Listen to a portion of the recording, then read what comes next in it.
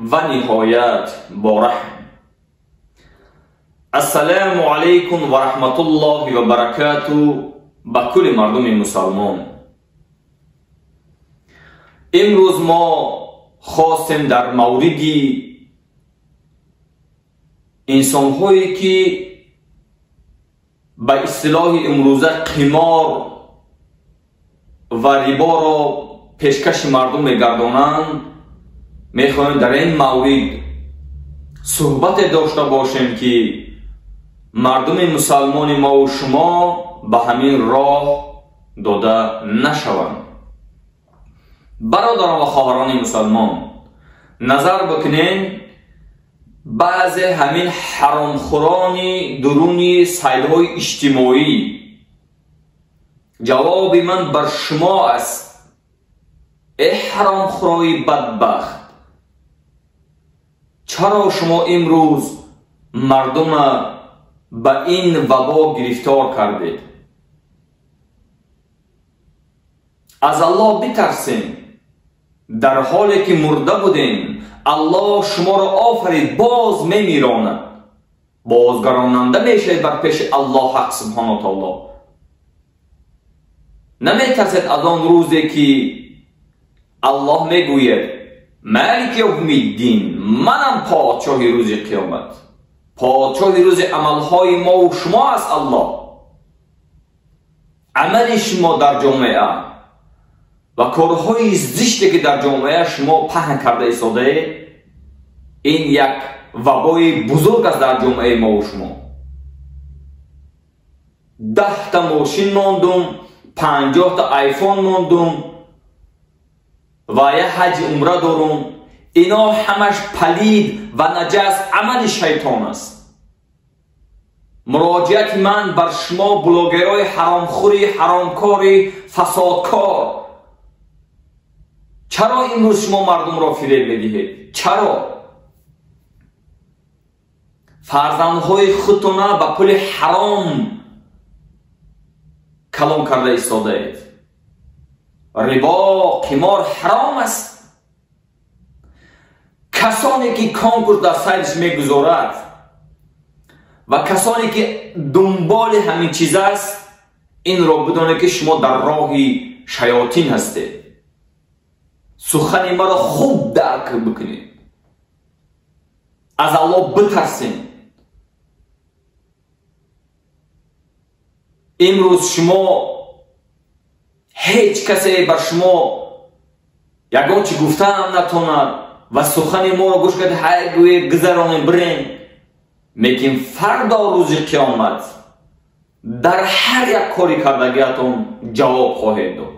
این را فراموش نکنید. این سخنی من بر شما است که بدونید که فردا روز قیامت در نزد الله، در محکمه سودی الله جواب گفتن است.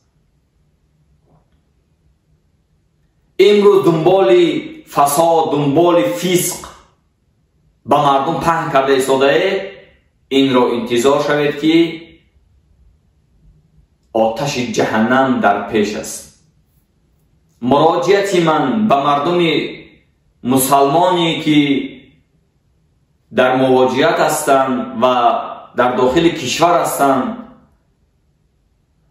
برادران و خواهران مسلمان، شما از همین انسان ها پیگیری نکنید. شما را به جهنم میبرند. اینا خود جهنمی هستند. اگر این دوستای شما باشند، اگر اینها به شما یک فایده برسانند، اینها شما را فریب نمیکنند. قمار حرام است، فریب است. برادران و خواهران مسلمان، الله حق سبحانه و تعالی در قرآن عظیم الشان سوره مائده آیت 90-91 صراحتاً بیان کرده است که این حرام است. چرا شما عقل خود را کار نمی‌فرمایید که چیزی حرام کرده الله را دست میزنید؟ مثل که بعض نوجوان مردایی که در مهاجرت هستند شراب را می نوشد، بعدا می پرسد که همین گوشتی خوک است یا گوشت گاو است، هر دو آن چیز حرام است. به مثل همین بارینه این همین بعضی بلوگرهای بدبخت چیکار میکنن؟ چیز حرام رو از پسند کردن با بعضی چیز خودداری میکنن. هر اون چیزی که الله حرام کرده است حرام است، ما میگم حرام است، دلیل داریم گپ میزنیم. از اینا بلیت نگیرین. اگر پولی که شما به دست میارین از اینا، این حرام است. در فرزندهای خود میخورونید، پول حرام خورنده ایستاده این. حرام است. از کجا با فرزندهای شما با تقوا شود؟ در جامعه یک چیزهای خوب رو انجام دهد. با میشه عرخور، دست، قلاب، با میشه خائن ملت و خائن برادران مسلمان میشه. وقتی حرام رو خورد، وقتی تقوا نکرد پدر و مادری رو، از فرزند چی بوی امید است؟ حافظا هم خستن کنکورس موندیان. انسان هایی که در جایهایی هستند که آنها نباید که کنکورس گذارن، خستن کنکورس گذاشتن. با مثل فیلم بردارن، همونها در نظر دارم. منتها یک دیگه فیلم برداره و فیلم میبروره، همون را در نظر دارم. و تو فیلم تا برو، تو یک چیزی بکن که در جامعه تربیوی باشه. شما میگه فیلم های تربیوی میبرورین، میگه کنکورس را از پسند میکنین، کنکورس میگذارین در سایتتون، یا دیگر کارهای حرام هستن میگذارین. و شما چیزای تربیوی کرده استین، چیزای تربیوی کنین.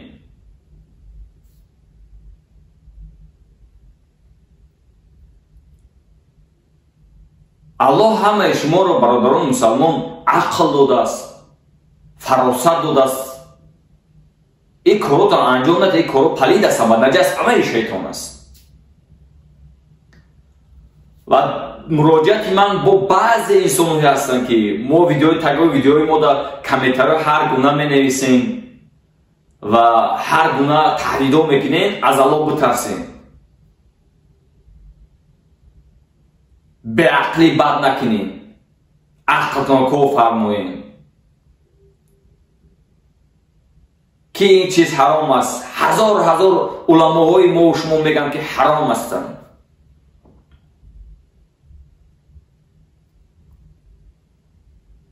در همین مورد بینهایت ویدیو زیاد است که حرام هستند. اما شما گوش میکنه و کم تنظیق میشه کنکورس کیمون رفتم. باید دیگه لو تربه تو که اگه جو پیدا شید، تو یک چشم قردار میشه، نیست میشه، نابود میشه، میره، باید دیگهش پیدا میشه.